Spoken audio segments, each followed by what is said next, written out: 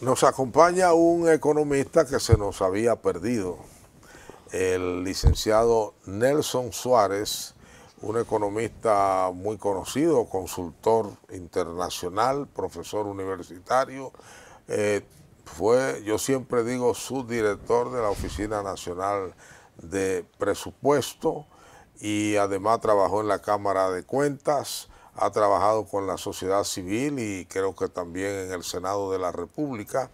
Me dice que no, en temas que tienen que ver con su especialidad. Él es un economista, como todos los economistas, pero está enfocado en el manejo de, vamos a decir, los ingresos gubernamentales, el gasto público, la inversión pública, la deuda pública. Y como nuestros políticos se han encargado en estos días de poner sobre el tapete el endeudamiento externo del país, pero desde la perspectiva de la discusión de cuál es más malo, digo, cuál se ha endeudado más. Vamos a permitir que él nos ayude a comprender este fenómeno en su nivel simple, que es cómo ha discurrido, cómo ha evolucionado, cómo se ha comportado el endeudamiento externo de nuestro país, y luego vamos a entrar en aspectos puntuales de ese endeudamiento. Les invito pues a esta entrevista con don Nelson Suárez.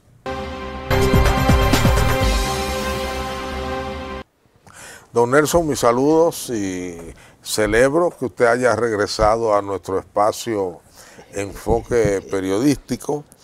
Hemos perdido a un amigo, don Guillermo Carán, un maestro, como yo siempre le decía a él, un observador privilegiado de la economía dominicana post-Trujillo, porque muy temprano, ya tenía casi 60 años en la administración pública, se engarzó en puestos muy relevantes que le permitían ser un observador privilegiado.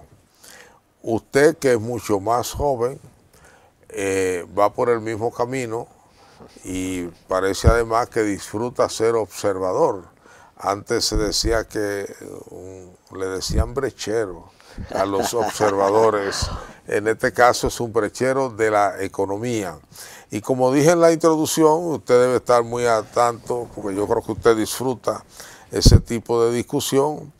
Ahora estamos viendo cuál ha sido el gobierno más malo.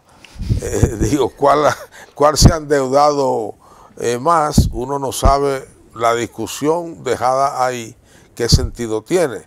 Pero bueno, a veces uno tiene que montarse en los temas de la opinión pública.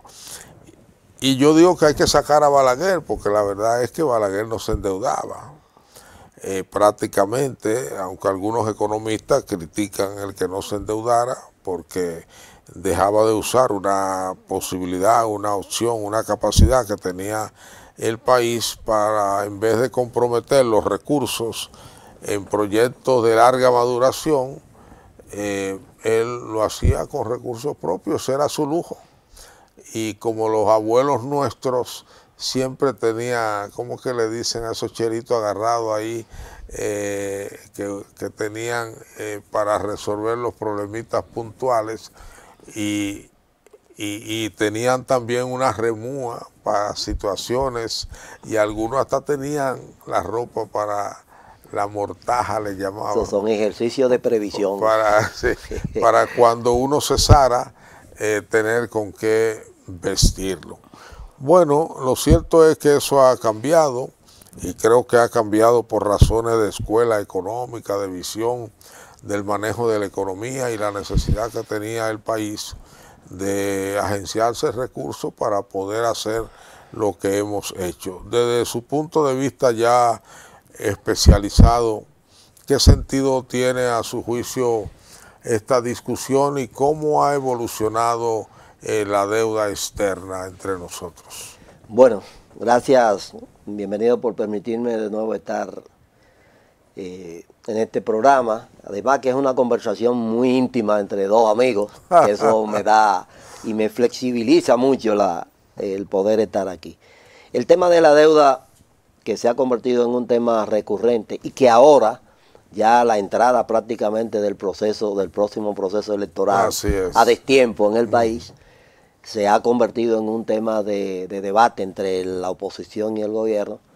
Es un tema realmente interesante, es un tema que yo creo que siempre, y en las circunstancias actuales del mundo mucho más, es importante darle relevancia para el análisis. Entonces, nosotros tenemos una historia, una evolución en términos de la deuda, tenemos una experiencia traumática que nos produjo la primera intervención norteamericana en 1916, así es. Con todos aquellos problemas de la deuda y los acuerdos Hartman, Trujillo, etcétera, que luego reaparecen, qué sé yo, 100 y pico de años después, con otra dimensión. Entonces, por lo menos desde, si tomamos por ejemplo un periodo de referencia, desde el año 2000, en que la deuda del sector público era de 3.200 millones de dólares, prácticamente insignificante en términos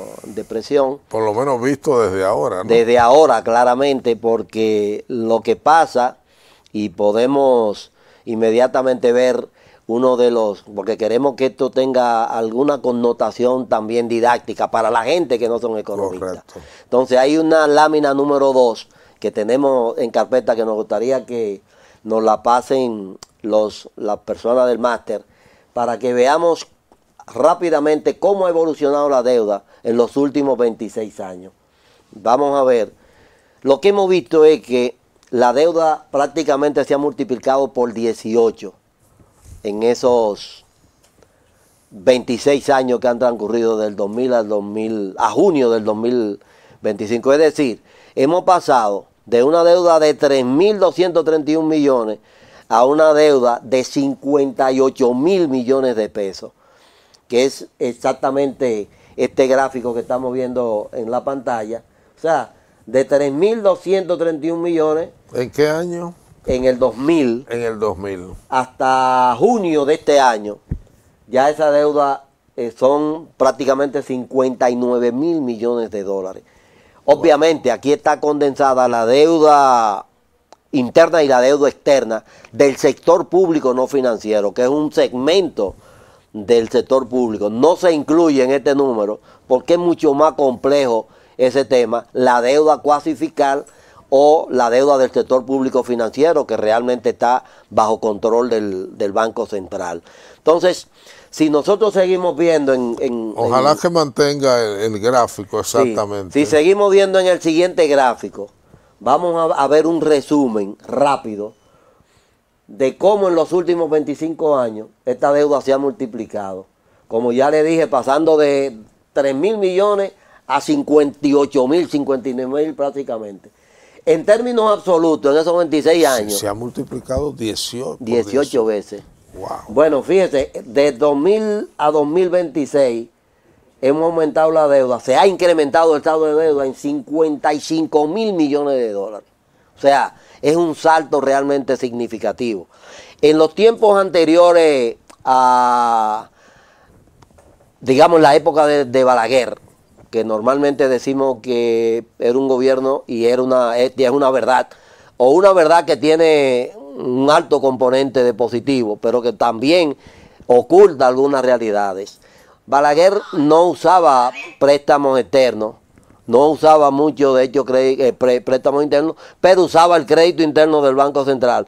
Pero además, también había una forma de endeudamiento que era lo que llamábamos deuda administrativa, es decir... Hay que decir que el crédito interno era igual a inorgánico. Inorgánico que el Banco Central lo emitía, y las veces que tuvimos episodios de inflación y eso, era precisamente porque eran financiamiento a través del Banco Central y además financiamiento a través de no pagar a contratistas, a proveedores del Estado, y entonces encontrábamos muchísimas deudas administrativas ni a los suplidores por datos. Esto de la deuda administrativa empezó un poco a corregir en el periodo 2000-2004. Me acuerdo que estuve entonces en la oficina de presupuesto y trabajamos mucho el tema, se emitieron inclusive bonos y eso, pero el tema es que nuestra deuda ha evolucionado en estos 26 años de una forma colosal. Pero eso ha estado explicado, y es la pregunta que tenemos que hacernos y la respuesta que debemos dar, porque hemos tenido a partir de 2008 un déficit fiscal prácticamente estructural, como dicen los economistas, del 3% del PIB, con picos muy fuertes. Como es decir, un déficit previsto. Sí, bueno, es un déficit que era manejable. Pero digo previsto porque el presupuesto se diseñaba con ese déficit. Claro, y si el que está diseñado para el 2026 está con el mismo esquema, de hecho 3.2%. Ha habido una expansión, pero el tema es que si nosotros hacemos la deuda es acumulativa, la si que hacemos se hace para cubrir ese déficit. Si hacemos una relación entre déficit y aumento del saldo de deuda, vamos a ver que se parecen mucho y caminan en la misma dirección. Es decir, por necesidad y por definición, si tengo un déficit, tengo que buscar una forma de financiarlo. O en ajeno activo del Estado, que no ha sido lo común en el país, o en su defecto, entonces tengo que endeudarme. Bueno, la verdad es que es sorprendente hablar de 58.000 millones de dólares para una economía como la nuestra. En términos del Producto Interno Bruto, ¿qué significa eso? Exactamente. Vamos a ver la gráfica número 4 que tenemos ahí, que es excelente la pregunta, porque esa gráfica me da respuesta a eso. Fíjense que en el 2000 la deuda era el equivalente al 13.4% del PIB. Subió un pico en el 2020, obviamente por el tema de la crisis de COVID-19, a 53.8%. Tuvimos en 2003 y 2004 también una elevación de ese pico, pero usted sabe por qué. Porque en ese periodo fue la crisis bancaria. Exacto. Entonces el gobierno tuvo que salir a socorrer y empezó a emitir hasta llegar a un punto en el 2004 de 54.000 millones de pesos que eran prácticamente inorgánicos, y eso es deuda también. Correcto. Y entonces subió, y luego tenemos algunos picos en 2012, que hubo un déficit de 6% del PIB, y luego en el 2020, y ha venido entonces desde el 2020 descendiendo, y a junio de este año se colocaba en un 45.7%. En la discusión que hay entre los políticos ahora mismo sobre el tema del endeudamiento, hay un aspecto que me gustaría que usted nos ayudara a comprender, y es que unos usan términos absolutos y otros están usando términos relativos. Entonces parecería o los dos están equivocados o los dos tienen razón. Bueno, en economía solemos utilizar normalmente una cantidad de índices. Muchos de ellos son... Más que números absolutos. Más que números absolutos, pero yo soy de los economistas que prefieren mucho ver los datos absolutos, porque los índices pueden a veces confundirnos y darnos una imagen que pareciera que es muy positiva, pero que en el fondo no es. Nosotros, por ejemplo, tenemos el índice de Gini. Exacto. El índice de Gini me mide en una escala de 0 a 1 el tema de los niveles de desigualdad y concentración de la riqueza y los ingresos. Nosotros ahora mismo, según los datos que dice el Estado, estamos con un Gini de 0.39, 0.36, 38 algo. Es decir, que mientras más nos acercamos a 0, menos concentración hay. ¿Sí? Es al revés. Al revés. Mientras más cercanos de 0 estamos, hay una desigualdad absoluta. Y cuando estamos en el nivel de 1, por ejemplo, tendríamos una equidistribución. Es decir, para ponerlo en que el 10% de la población controla el 10% del ingreso, el 20% o sea, que controla... estamos todavía muy concentrados. Entonces, bueno, estamos de hecho dentro de lo que son... Estamos mucho mejor que en algunos otros países, según este índice. Sí. Pero todavía estamos dentro de lo que le llaman el umbral de alerta, que es 40%, 0.4 de Gini. Entonces, ¿qué es lo que nos dicen esos índices? Eso pasa con el tema de la deuda y el servicio de la deuda. El servicio de la deuda desde hace un tiempo, varios años, yo estoy utilizando el esquema de comparar el servicio de la deuda con los ingresos del gobierno. Exacto. Porque es con lo que puede responder. Correcto. El PIB es un indicador. Entonces, para el tema de la deuda yo prefiero tomar como referencia el tema del PIB, pero también ver un poco, compararlo con el presupuesto del gobierno, porque el efecto de la deuda se traduce fundamentalmente en un servicio de esta deuda que tiene un impacto, y vamos a verlo más adelante, significativo, y ha venido creciendo en la posición del gobierno, no que la ha dicho, sino que uno la lee en los razonamientos, es que, bueno, ha subido el Producto Interno Bruto, que quiere decir la producción nacional, el valor de la producción. Y por tanto te diluye el índice con el numerador.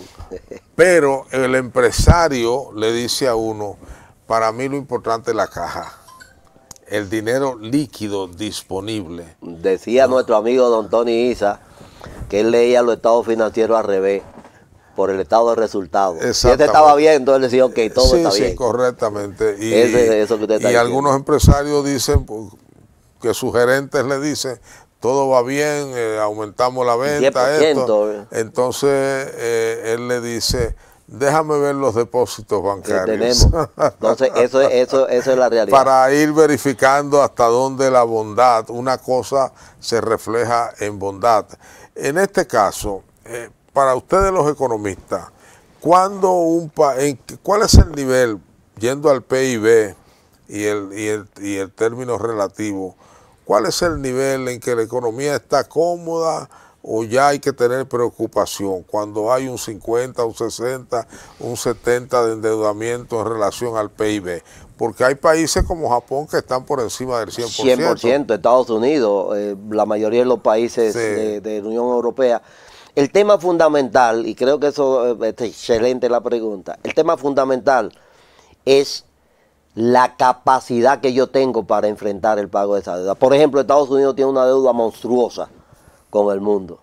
Ahora Estados Unidos tiene capacidad, por múltiples razones, para darle respuesta. Hasta haciendo una devaluación del dólar, le diluyen la deuda a todo el que tiene bono de los Estados Unidos. Pero Japón tiene 100 y pico por ciento, pero detiene el 2% de su presupuesto a servicio de deuda. Entonces, no le hace un efecto en lo que es la operatividad del gobierno, del sector público y de la economía en términos general. Entonces, es relativo el tema de los índices. Por eso, por ejemplo, nosotros, en términos de las aspiraciones de la meta 2036, creo que tienen, es colocar el nivel de deuda por debajo de los 46 que vimos ahorita, en un 40%. O sea, lo que estamos haciendo en el presupuesto... Un 40 se estima cómodo para un país. Parece que más o menos los organismos internacionales, FMI, los analistas nacionales que toman decisiones en términos de política pública, estiman que un nivel de 40% es como un estándar sostenible. Ahora, para mí es importante yo ver el stock que tengo, el saldo que tengo de deuda y los compromisos que eso suponen, porque es realmente lo que me va a determinar mi capacidad para la sostenibilidad fiscal. Vamos a hacer un paréntesis para, después de los anuncios, venir a hablar sobre un aspecto que usted señaló como importante, que es el peso del servicio de la deuda, es decir, del pago de los intereses más el capital. Seguimos con el tema de la deuda externa dominicana y el profesor Nelson Suárez. Don Nelson, el peso, como usted dice, del servicio. ¿Qué es eso del servicio de la deuda? Bueno, el servicio de la deuda lo que hace es que trata de reunir el monto de pago de intereses que yo tengo obligado para un periodo específico, en este caso el ejercicio fiscal. Exacto.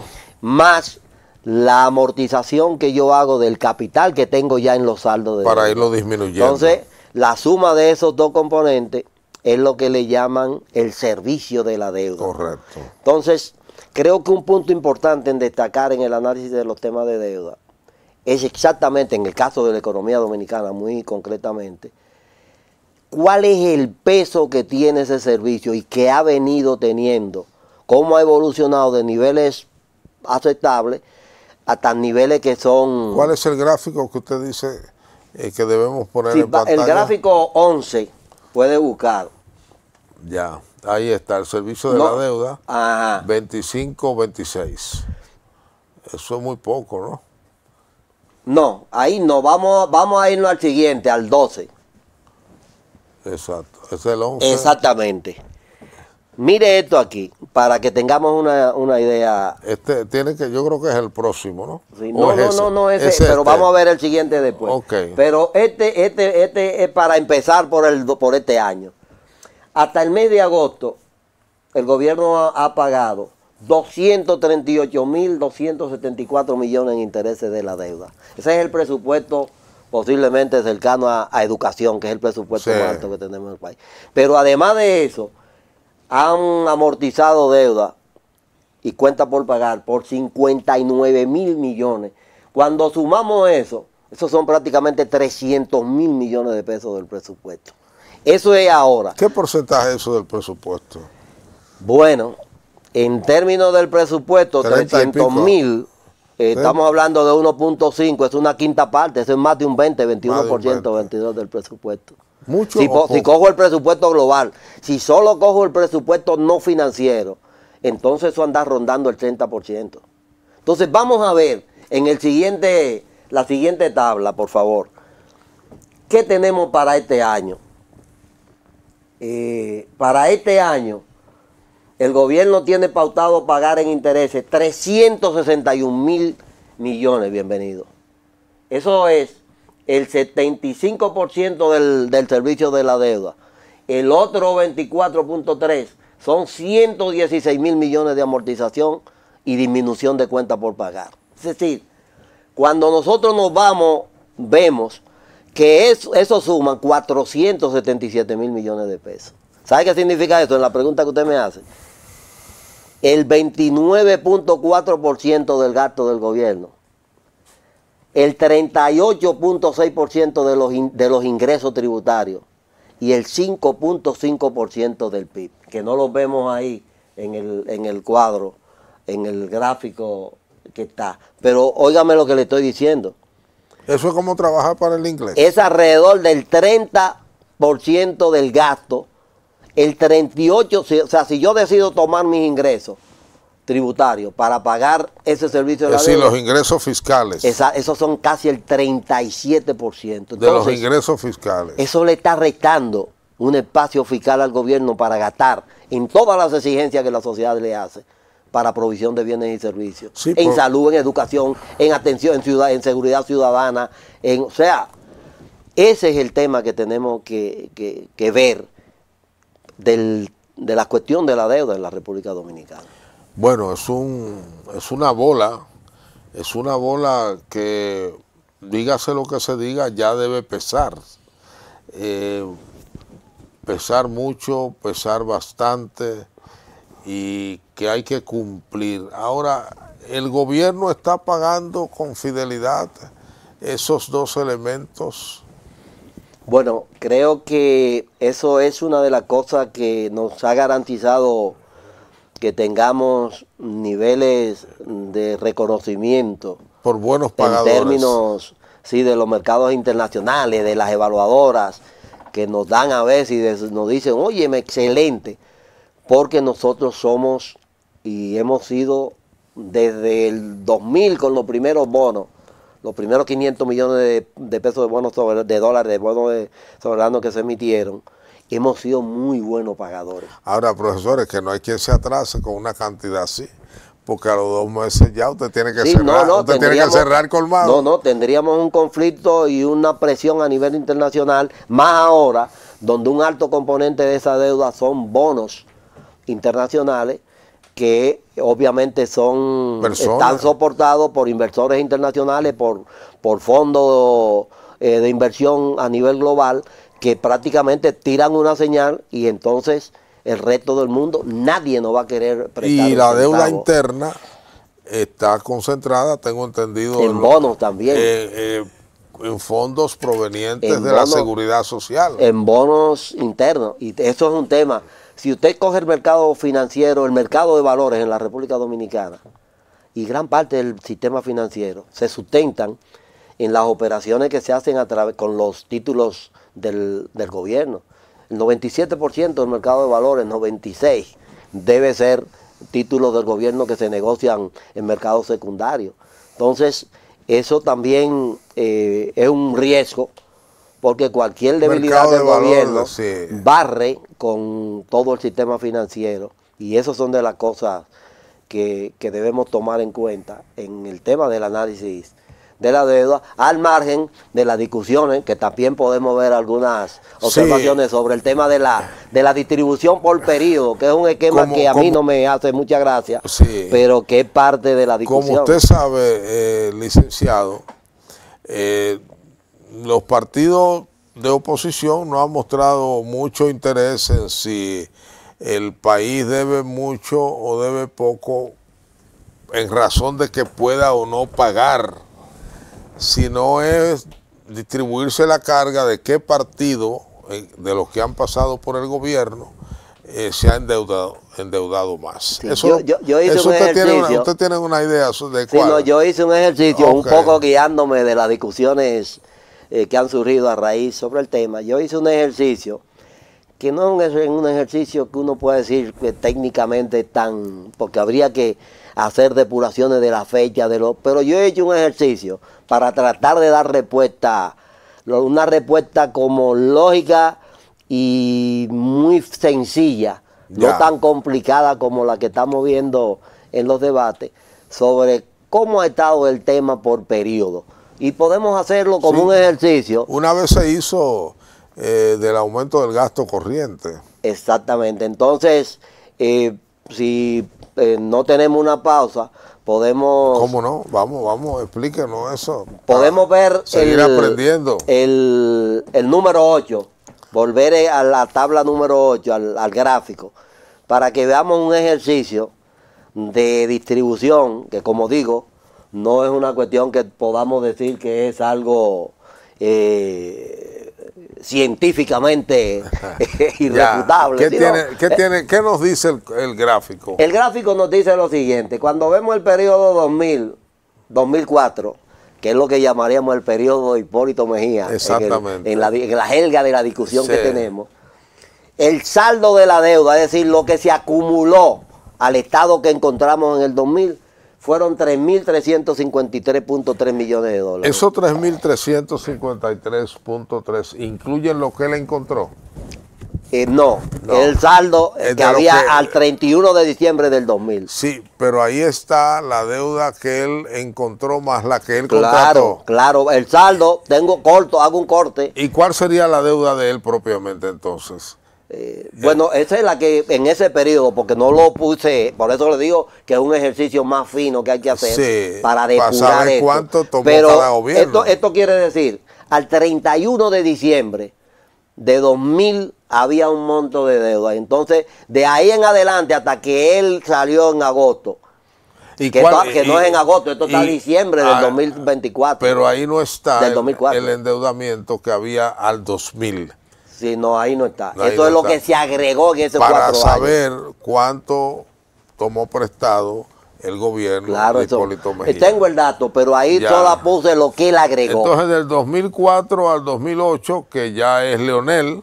Ahí hay 2.614 millones de dólares, sí. Porque ya habíamos resuelto parte de los problemas de la crisis bancaria de 2003, 2004.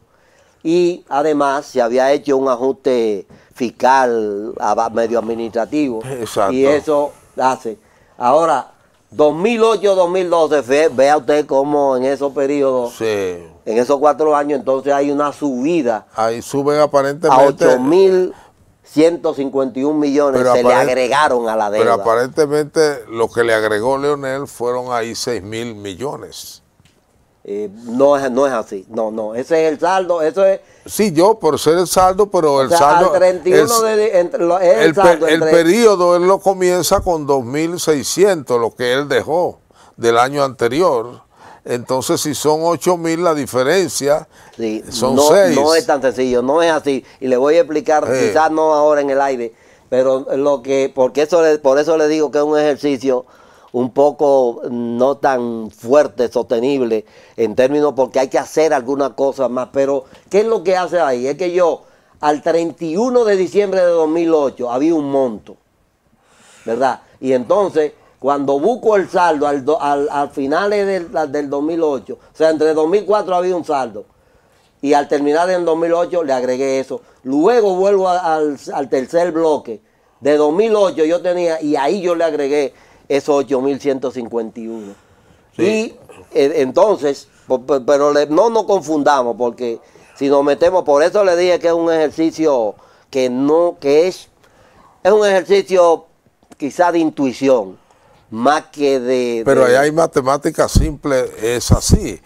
Por ejemplo, el gran endeuda, el gobierno que más deuda toma ahí es el gobierno de Danilo Medina. Ok, eso vamos a ver unos detalles más adelante en una lámina para que usted vea cómo fue el ejercicio, que pretendo depurar y hacer más fundamentado. Exactamente, vemos que en el periodo 16-19, fíjese que estoy excluyendo el 20. Sí. Por un tema muy claro, y es que el 20 fue la crisis, parte fuerte de la crisis del COVID. Sí. Entonces, ahí se agregaron casi 14.000 millones al saldo de deuda.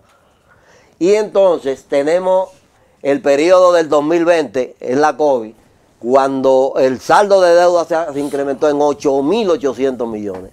Ahora esto es un caso natural. El gobierno tuvo que coger 599.000 millones de pesos en endeudamiento para pagarle a la gente para que se quedara acostado en su casa. Ayúdeme a comprender esto. Si yo tomo el gobierno como presidente y encuentro una deuda de 2.000 millones, deuda externa, y yo termino mi periodo y la dejo en 8.000 millones. 2.000. Yo no he endeudado el país en 6.000 millones. Usted me dijo... ¿Le ha adicionado? No, usted me dijo 2.000. ¿Cuál es el monto que usted me dice? Yo encontré 2.000. Ajá. Y 4 años después, cuando yo salgo, yo la dejo en 8.000. 6.000 lo endeudó. Eso está claro ahí, profesor. Y entonces, pero yo le voy... No es tanto, porque yo quiero... Pero para que usted vea el caso, por ejemplo, del 2020 con la COVID-19. Sí. El gobierno le agregó al saldo que había el 31 de diciembre del 2019, le agregó 8.801 millones. Entonces, la deuda en ese momento eran 21.000. No es monto, no le estoy diciendo. Por eso quiero, porque si nos metemos por ahí, no nos van a entender los televidentes.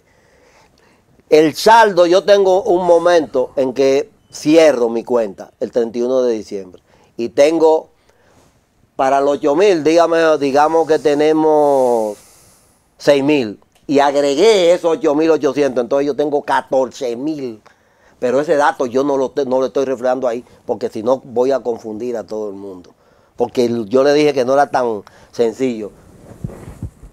Entonces yo agrego 8.000 y cuando cojo los 4 años y 8 meses del gobierno del presidente Abinader, entonces yo estoy viendo que 2021 le quité, no le cargué ni a Danilo ni a Abinader los gastos extraordinarios de la COVID. Vamos a decir que todo, no es así, en realidad no fue así, pero vamos a decir que todos esos 8.000 millones fueron por obligación que lo tomamos por el tema de la crisis de la COVID. Entonces, Abinader en el 2021-24 agrega 8.700 millones. Bueno. Y hasta ahora, al 31 de junio, 30 de junio del 25, le agrega 3.300. Yo le voy a mostrar eso más fácil para que usted lo vea, si no tenemos ninguna interrupción, en un par de párrafos que tengo también, que tenemos ahí en lámina, bueno, para pues, un poco vamos al Pero fíjese una cosa, que lo que le dije al principio, no es un tema tan fácil de entender y explicar a la gente común. Los economistas, la mayoría están muy claros sobre esto. Los economistas de los partidos de gobierno y de oposición también están muy claros. Pero el debate un poco se mete más en el tema político de los partidos que en la esencia y en los fundamentos del problema. Vamos a una pausa para venir al último segmento.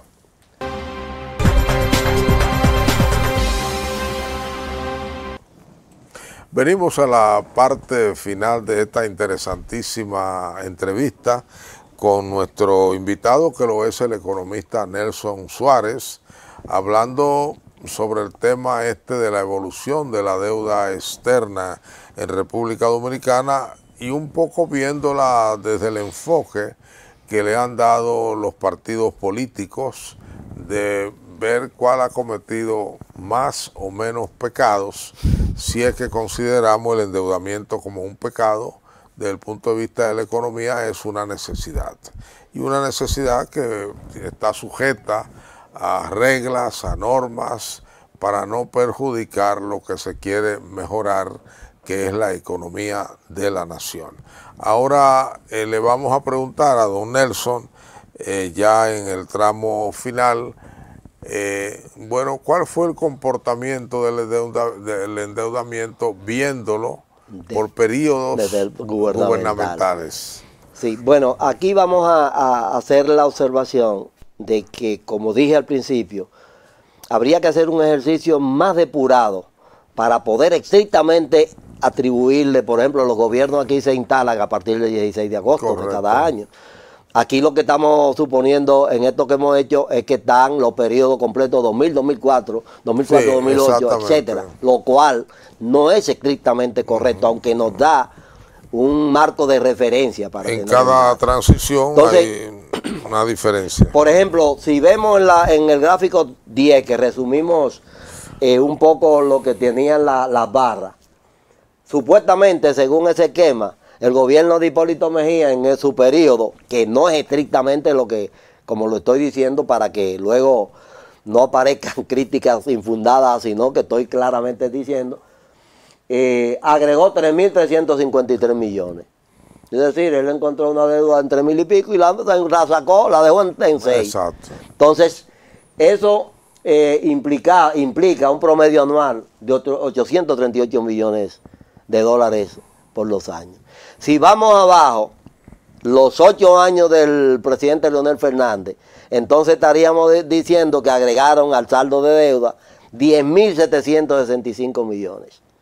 Esto es, y fíjense que aumenta el promedio, por lo menos nos da un indicador, ya son 1.346 millones de dólares anuales. Hay más o menos 500 millones, ¿no?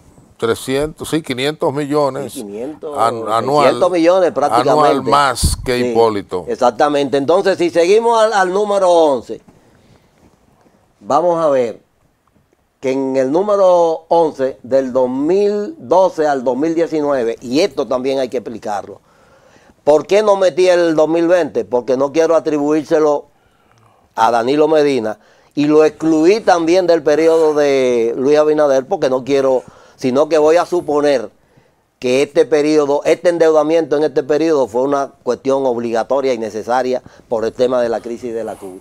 Pero en ese periodo se le sumaron al saldo de la deuda 20.491 millones de dólares. Esto es un promedio anual, y vemos cómo va subiendo ese promedio, de 2.561 millones, que nos daría en términos mensuales un promedio superior al que vimos anterior de 800 y pico. Entonces, en sus 4 años y 8 meses, esto es decir, hasta junio de este año, el periodo de gobierno del presidente Luis Abinader ha aumentado el saldo de deuda en 12.077 millones, es decir, un promedio de 2.500. Fíjese que es muy parecido al promedio del periodo de Danilo, de 2.500 millones. O sea, ¿qué es lo que estamos diciendo? Y eso sí nos lo dice la cifra claramente, cada vez es mayor. Exacto. El nivel de endeudamiento que estamos teniendo. Pero mire, Danilo lleva un poquito más. Sí, tiene un poco más, pero andan metidos más o menos en el... O sea que es una discusión sin sentido. Pero a prima facie parecería que este gobierno la tiene perdida. Pero los números dicen que no. No, que, no gana, no hay ganador aquí. Usted bueno, como está diciendo. No, pero ¿cuál hay 61 millones más anuales en la gestión de don Danilo.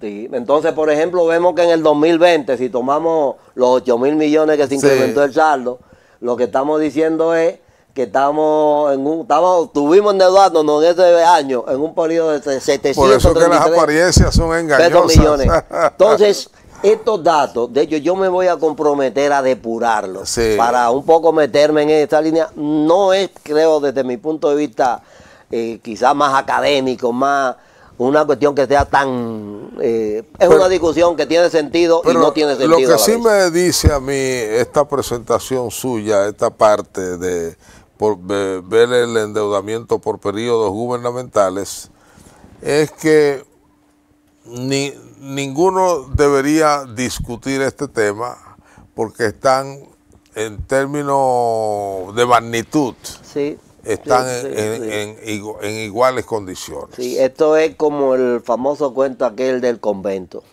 Es a todas. Exacto. Entonces... él dijo todas. Por eso yo planteo, bueno, el tema aquí es meternos en los fundamentos. Sí. ¿Por qué está... cuáles son los que están motivando esta situación? ¿Y sabe qué para mí más importante?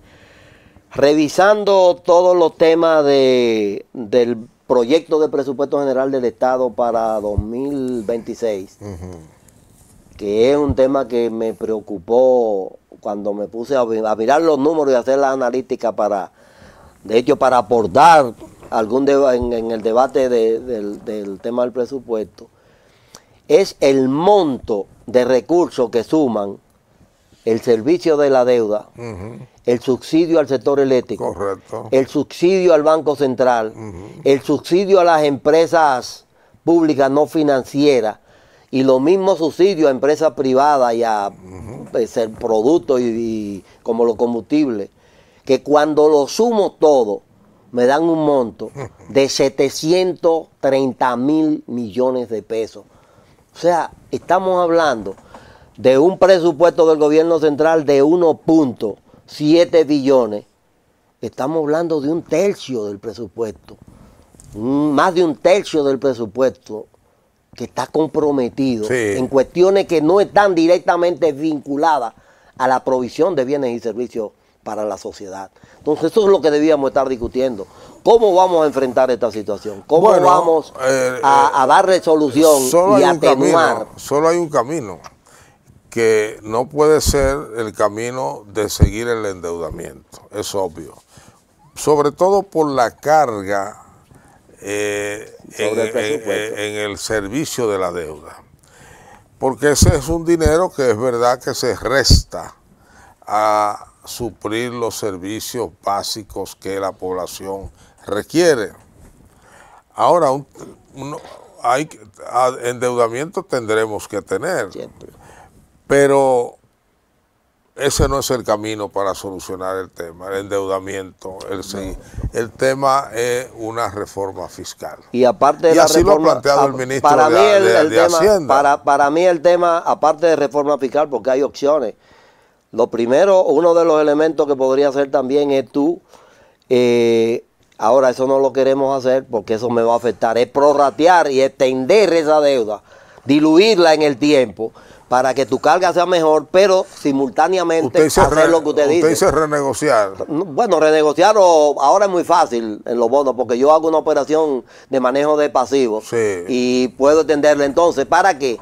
Para quitar presión, sobre todo sobre el componente de intereses, pero simultáneamente yo tengo que buscar la forma de cómo solucionar los déficits eléctricos, los déficits del Banco Central, los déficits de las empresas públicas y de muchísima gente descentralizada y autónoma que tienen déficit altísimo y que el gobierno tiene que transferirle cerca de 100.000 millones de pesos todos los años para cubrir sus déficits. Yo creo que los gobiernos dominicanos del 2000 para acá han aprendido de las familias más pobres dominicanas a cómo vivir.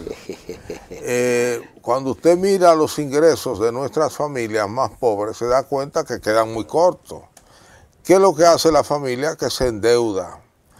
Le deben al colmado. Pero el colmado no le exige que le pague la totalidad, sino aquella famosa frase, muéveme la cuenta. Sí, sí, sí. Entonces, yo te sigo fiando y tú me mueves la cuenta. Y obviamente la familia nunca va a salir del endeudamiento, pero va a llevar una vida relativamente normal. Entonces, nosotros, hasta que en un momento no hay un enfermo que se diga, y entonces ahí viene el drama, ¿verdad? Cuando se pierde el empleo, cuando se enferma alguien de gravedad, etcétera. Pero en situación normal, de que se mantiene el empleíto, aunque sea con un bajo salario, el colmadero te dice, muéveme la cuenta siempre. Eso hacen lo bonita y los fondos de inversiones a los que nos prestan. Exactamente. Págame, si tú quieres, vamos a renegociar. Exacto. Yo te la tiro. ¿Cuándo se vence? El 27. Vamos a ponerla para el 35. Correcto. Y sígueme pagando. Sí. De todos modos, lo ideal hubiese sido ir a un esquema de desarrollo donde el endeudamiento fuera mínimo. Pero creo que ahí también entra un problema de tipo de visión de la vida y un problema ideológico. Balaguer pertenecía a la generación de nuestros abuelos, que eran personas que entendían que mientras menos usted debía, más digno usted era, más libre era, más independiente era. La juventud hoy en día... Yo recuerdo a un amigo que decía, yo no tengo que comprar casa. ¿Y para qué? Si donde yo vivo y pago mi alquiler, esa casa es mía mientras yo esté ahí. Yo no tengo que buscar un dineral. Otros dicen que no compran vehículos. ¿Para qué? Si yo cuando tengo que montarme, pido un taxi. Y no tengo que bregar con reparación, con mecánico, con esto, con aquello y con lo otro. Entonces... la generación más joven que ha tomado el poder después del 2000, como que no le va ni le viene tomar prestado. Y para todo, antes era una vergüenza tomar préstamos para construir letrinas, sanitarios, para arreglar calles. Ahora no, ahora se toma prestado para todas estas cosas. La discusión continuará. Vamos a intentar, vamos a afinar y a depurar las informaciones. Vendrá el tema fiscal, que parece que debe comenzarse ya, aunque sea underground, que los técnicos comiencen a trabajar para ver si el año que viene el país se decide a un primer tramo de una reforma que el ministro de Hacienda quiere que sea gradual. ¿Me permite decirle algo para que no. cerremos? Yo estoy planteando entre amigos, grupos dentro de los que interactúo, de hecho, valga la mención en el Centro Padre Alemán, yo estoy planteando, estoy diciéndole a mis amigos economistas, yo creo que ha llegado el momento de que el país, los actores principales, los mismos economistas todos, somos muchísimos, muy contradictorios, empecemos a ver cómo ha evolucionado la economía dominicana en el pasado.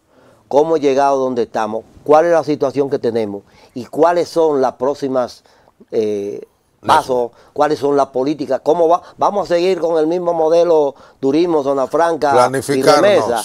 ¿Qué va? Vamos a tener que incluir el sector minero, por ejemplo, dentro de un nuevo relanzamiento del desarrollo. ¿Qué vamos a hacer con el sector energético? Esas son las discusiones de fondo en la que debían estar concentrados el gobierno, la oposición y los principales pensadores. Así es. Yo creo que por necesidad llegaremos ahí, porque cuando uno no lo hace por vocación, entonces lo hace por necesidad, porque no haya otro camino. Licenciado Nelson Suárez, gracias por su reaparición en este espacio y gracias por las muy buenas explicaciones que nos ha dado para entender y comprender este tema, que yo espero, y de seguro ha sido así, que nuestra audiencia agradece la claridad que usted nos ha dado para, un poquito atrás de los políticos, tratar de comprender qué es lo que ellos están discutiendo, y parecería que no deben discutir esto porque los tres como que están en el mismo nivel. Gracias y nos vemos en el próximo programa.